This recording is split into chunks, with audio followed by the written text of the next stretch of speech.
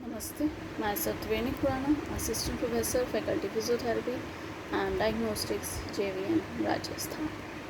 Today we are going to discuss about assessment and principles of therapeutic management of disseminated sclerosis. Disseminated sclerosis is a chronic progressing disease of nervous system appearing in young and middle age, 15 to 40 years. The peculiarity of this disease is simultaneous injury of several different sections of the nervous system, what can result in emerge of different neurologic symptoms. Morphological basis of this disease is appearance of so-called palms of disseminated sclerosis, that is the seat of myelin destruction, amyelination of white matter. Size of these palms as usual varies from several millimeters to several centimeters, but in case of progressive disease, appearance of sympathetic palms is possible. Disseminated sclerosis is rather widespread disease in the world. There are about 2 million sick with disseminated sclerosis. It usually appears at the age of about 30 years but can be met at younger age. Primary progressive form usually can be met at the age of about 50 years. The cause of disseminated sclerosis appearance is not determined for sure. At the present day, the most widespread thought is that disseminated sclerosis can be caused by accidental combination of unfavorable external and internal factors. Adverse environmental conditions include frequent viral and bacterial infection, the impact of toxic substances and radiations, food peculiarities, geological, ecological residence, especially it has large effect on children's organisms, traumas, frequent stressful situations. Genetic predispositions to multiple sclerosis probably linked with the combination in one individual of several genes which conditions disorder in immunoregulatory system. Researchers of recent years confirm the mandatory part of immune system primary or secondary in the pathogenesis of MS. Healthy people's hematoencephalic barrier is impervious for blood cells including immune cells. The permeability of barrier increases occurs the migration of activity T lymphocytes to the brain parenchyma, raising of pro-inflammatory cytokines level. B lymphocytes are activated, they start to synthesize anti-myelin antibodies and thus a focus of photoelastic demyelination is formed. The result of immunopathological reaction is a focus of inverted photoelastic demyelination. The focuses are located in any part of white matter of the brain or spinal cord. Myelin cover of nervous system carries white matter in brain and spinal cord is damaged more often in periventricular space of hemispheres, brainstem tentorium and chasm of visual nerves, sometimes in the hypothalamus and subcortex areas. Currently, there is no doubt about the presence of remyelination process synchronous with the demyelination process. The degree of loss of nerve fibers in the early stages of MS 10 to 20%, but it can grow 80% in the long course of disease. Acute development of symptoms in the early inflammatory demyelination is associated with high drops and the violation of descending current. These changes are reversible in nature, which may result in remission. Later, destruction of myelin becomes the basic meaning on shape. Irreversible clinical symptoms develop probably due to the secondary degeneration of axial cylinder and neurons. Generally accepted is considered the evaluation of clinical status of patient using the scale of damage of functional system and expanded disability scale assessment of Brooks. FSS scale provides assessment balls from 0 to 6 degree of manifestation of defeat symptoms of different brain systems parts. Central and peripheral paralysis of the cranial nerve can be detected with MS patient. The most common of oculomotor nerve, trigeminal nerve, facial and hypoglossal nerve. The focuses in supranuclear areas of corticonuclear tract may lead to the development of pseudobulbar syndrome and focuses in the brain stem to the emergence of bulbar symptoms.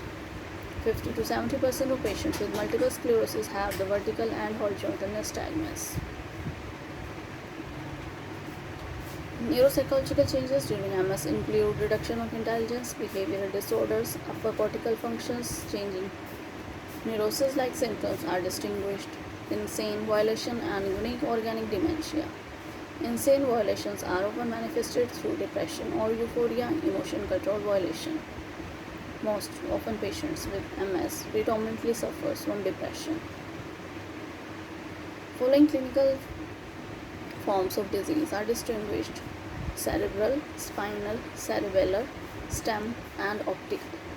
This classification is based on prevalence of the defeat of one of the departments of the nervous system, type of illness, duration of remission, exacerbations, response to treatment. The selective occurrence of patches of MS in the brain is extremely individualized. The diagnosis is based on the anamnesis, neurological examination, and the results of additional methods of examination. Undulation chronic disease involving in pathological process of several living systems. Today, the most informative in the diagnosis of MS are considered MRI of head and spinal cord and the presence of oligoclonal immunoglobulins in patient spinal fluid. Given the central role of immunological reaction in the pathogenesis of MS, essentially for activity and developmental monitoring of the pathology process in this disease, is becoming a regular study of patients' immunological blood test. On the basis of long studies of MS patients' immunity, we can say that at first immunological changes run ahead clinical changes, and secondly immunopathological process is dynamic. During disease progress, the immune system response to illness varies. It occurs the exhaustion of some compensatory and simultaneously it is developing several new protective reactions. As a result, the immune system of multiple sclerosis patient operated on another level than the same person before disease and moreover than healthy one. That is why the immunologic monitoring is important. It is necessary to compare indicators of immunity with previous figures of the same patient but not healthy person of the control group. Treatment of patient with MS includes the following tasks: to cut short the exacerbate of disease, impacting on autoimmune inflammatory focuses, stimulate the development of strengthening of compensatory adaptive mechanism, to prevent or postpone in time the development of new exacerbations or reduce their evidence and therefore the following patients' neurological deficits, to influence the symptoms which are complicating the opportunity to work, to maintain normal lifestyle, to choose activities that allow the patient to adapt to the consequences of disease in order to most facilitate his life. Pathogenic treatment should be aimed primarily at active immune inflammatory process stopping, resulting in demyelination. When treating of exacerbations and progressive course of MS, it is mandatory to use corticosteroids, adrenocorticotropic hormone, and its analog. These are prednisolone, methylprednisolone, metoprolol, methylprednisolone succinate, sodium, dexamethasone, cortisol. These drugs reduce the duration and evidence of inflammatory processes have immunosuppressive effects. Up to now, 6 drugs are registered for pathogenic treatment of MS, which changes the course of disease. The so-called group PITRS. 3 of them belong to beta interferon, Evonkins Biohen, Rabic, Merck Serono, and betaferon Bayer Sharing Pharma. In addition, for MS treatment, it is used a synthetic polymer of 4 amino acids: glutiramer acetate, Copaxone TEVA, cytostatic mixoenteron, and medication of monoclonal antibodies to molecules interferons, natazibum, and tizarib. All drugs in controlled clinical studies have shown effectiveness in reducing the frequency of exacerbations when remittent muscle stroke. In addition, for betaferon and mitochondrion, there is the possibility of slow increase of disability when secondary progressive MS. But none of the groups provide significant effect on patients with primary progressive type of disease. Regenerative medicine gave patients with MS hope of recovery. It is based on two real facts. At first, Demyelination is necessarily accompanied by remyelination, which means reversibility pathological processes. Second, neural stem cells can turn into oligodendrocytes, cells that produce myelin. All over the world, several attempts to treat MS by using stem cells were made.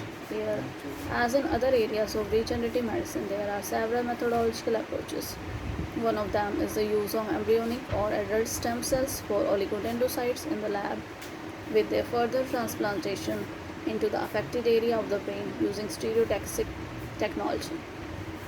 However, not all areas of the brain are available for such manipulation. Moreover, in the case of allogenic cells usage, the immune conflict is joined inevitably, which can dramatically accelerate the progress of the disease. At the Institute of Cell Therapy, it is used transplantation of large doses of hematopoietic and mesenchymal cells in combination with subcutaneous introduction of neural stem cells. But in this case, despite the immunosuppressive effect of mesenchymal stem cells and tolerance-induced effect of hematopoietic stem cells, the need for immunosuppressive drugs, tacrolimus taking still remains. Example: the patient of 33-year-old came for treatment with diagnosis of MS at the stage of frank motor disorder. The patient could not move herself. Her hands brought her with his hand to the clinic. Large doses of hematopoietic and mesenchymal cells were transplanted in combination with subcutaneous introduction of neural stem cells, designated tacrolimus, in small doses, that is 3 mg per day. After 3 months, the patient's motor function was recovered and she could return to work, getting to school by bicycle. However, after 6 months, disease had anticipated against the increasing of antibodies titer to basic protein myelin. Repeat grafting was done and the dose of tacrolimus increased to 6 mg per day.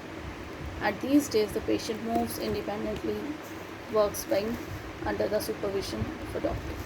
Thank you.